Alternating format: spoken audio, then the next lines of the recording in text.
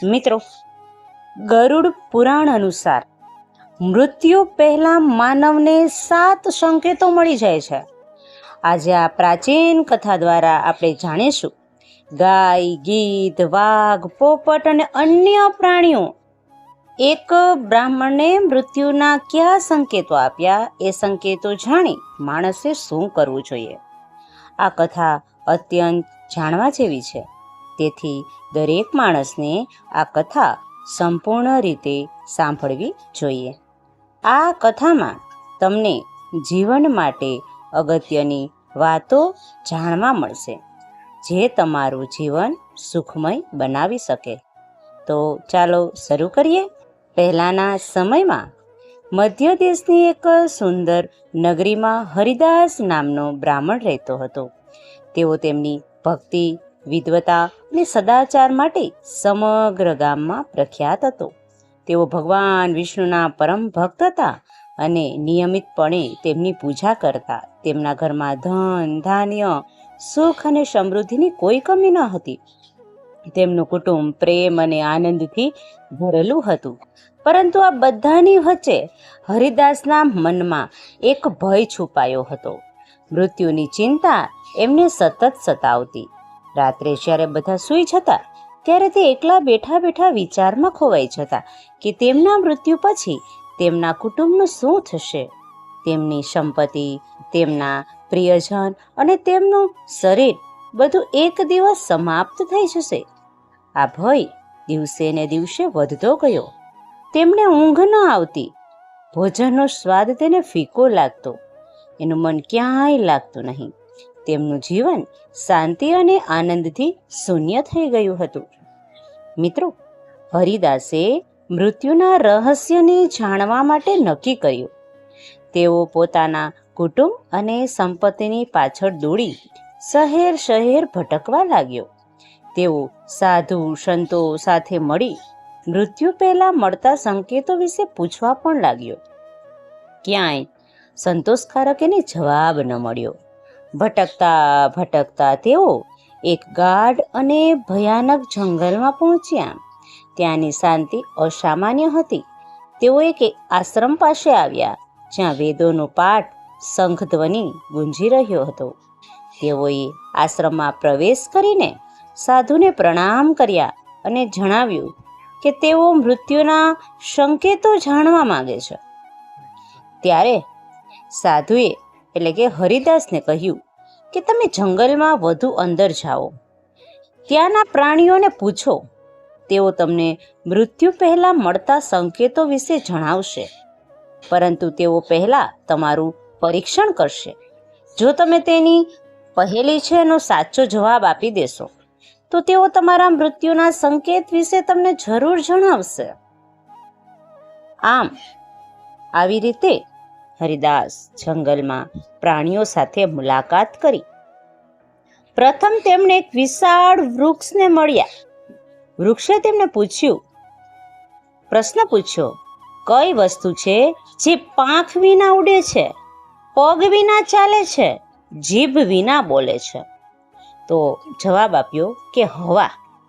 વૃક્ષે કહ્યું, તમારો જવાબ ખૂબ જ સરસ અને સાચો છે.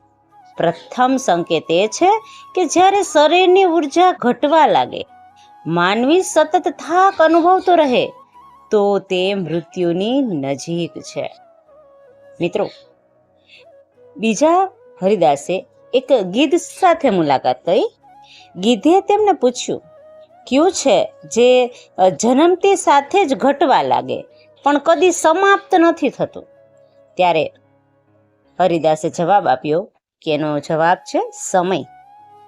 ત્યારે ગીધે કહ્યું, તમારો જવાબ સાચો છે. બીજો સંકેત એ છે કે જ્યારે આંખ અને કાનની શક્તિ ઘટી જાય ત્યારે તમારે સમજવું કે તમારું મૃત્યુ નજીક છે. આમ તેઓએ એક ગધેડા, વાઘ, ગાય સાથે પણ મુલાકાત કરી. દરેકને તેમને એક એક સંકેત આપ્યા.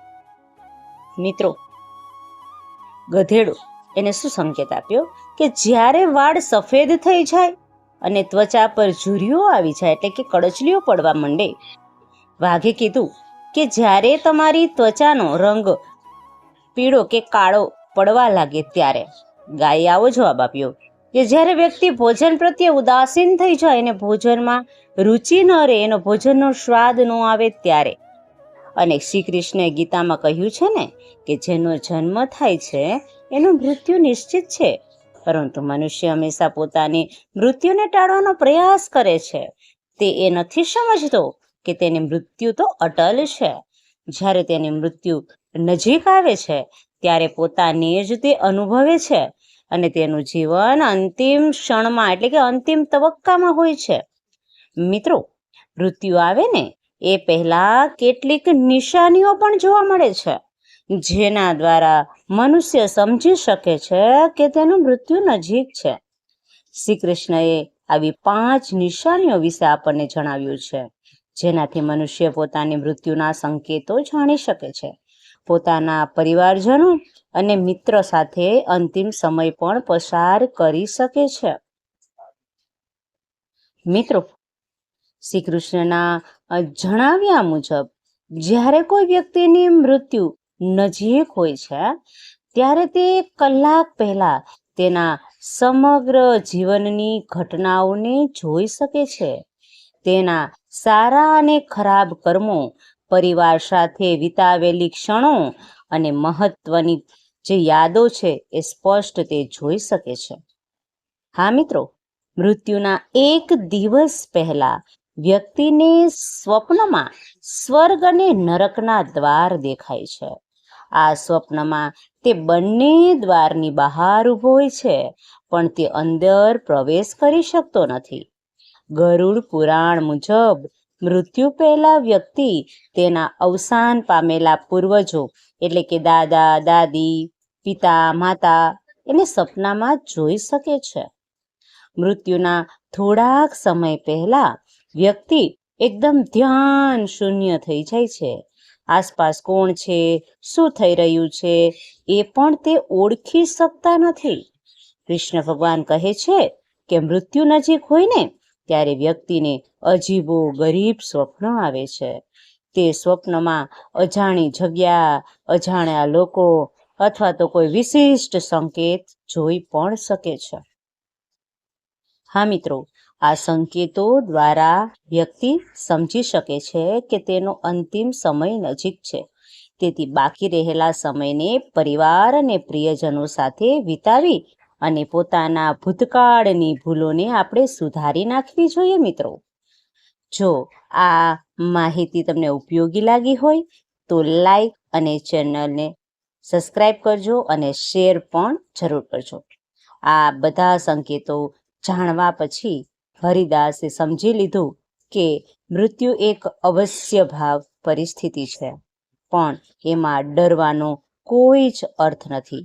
મહત્વનું એ છે કે જીવતા જીવનનો સાચો અર્થ સમજી સદાચારપૂર્વક આપણે જીવીએ. મિત્રો, વિડીયો પસંદ આવ્યો હોય તો વિડીયોને લાઈક કરજો, ચેનલને સબસ્ક્રાઈબ કરજો અને વિડીયોને મિત્રો સાથે શેર કરજો. હવે મળીશું નવા વિડીયો, નવા ટોપિક સાથે. ત્યાં સુધી બધાને મારા રાધે રાધે.